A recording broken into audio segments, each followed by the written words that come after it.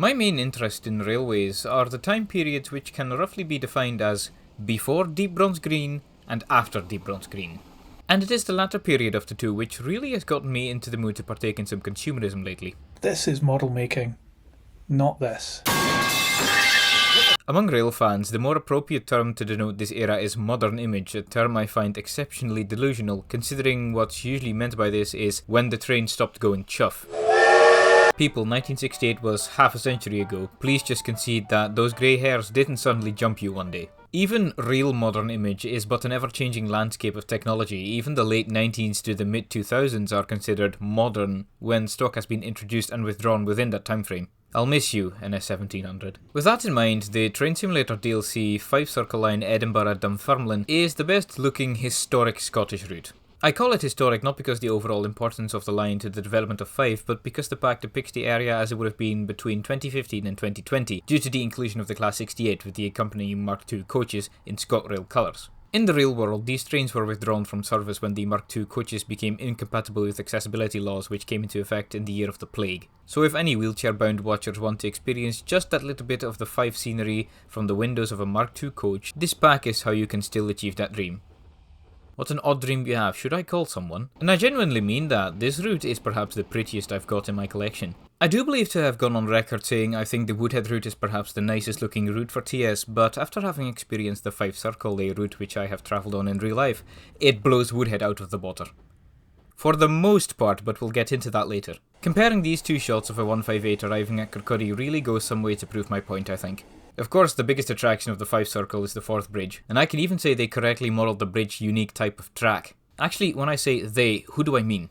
Well, Dovetail Games themselves, actually. Whereas other dovetail routes such as the Horseshoe Curve are seemingly just stuck to an autumnal colour palette, every season on the Fife Circle makes it feel like a new route entirely. And for once, I am not bothered by the visible landmass on the other side of the water, because for the most part, that is what you will see when you look out the window of the real train. So, what rolling stock were Dovetail kind enough to include with this pack? Well, perhaps the trains associated with the Edinburgh commuter traffic, the Class 158 and 170. Appropriate for the time period are the pair of Class 68s, with their matching Mark II sets included, and all of these trains are in the absolutely stunning ScotRail livery. There is, however, one more inclusion which may incentivise some people to pick up this pack. The speed is a lot, mate.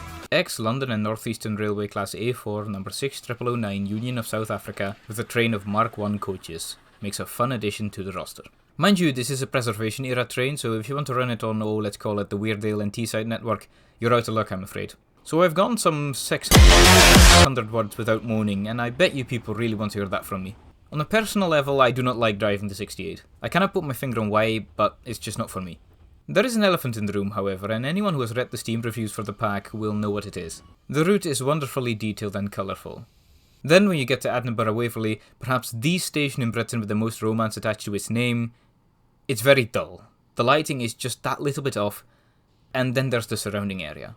P&Gs for buildings, and Edinburgh Castle is nowhere to be seen. It's one thing to omit buildings all over the route and have the route as a whole not be very impressive, but when the rest of the locations and lineside scenery are done this well, Waverley being where they dropped the ball just dumbfounds me.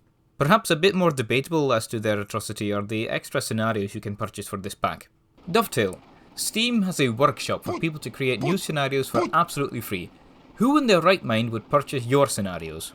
You know, with money. Now, about Dovetail games. I own quite a few Dovetail created routes, which I do enjoy. The trend among the classic Dovetail routes is their lack of AI traffic when you're doing a quick drive. You know, the just relax and run your train mode.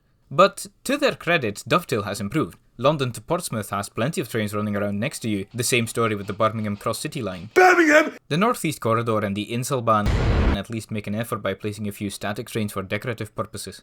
So, how does the Fife Circle fare?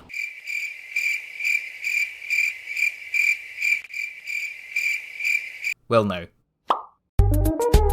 So how's the value for money with the Circle? It usually retails for €22, and on sale you can often find it for about 15. Consider, the route is 43 miles long.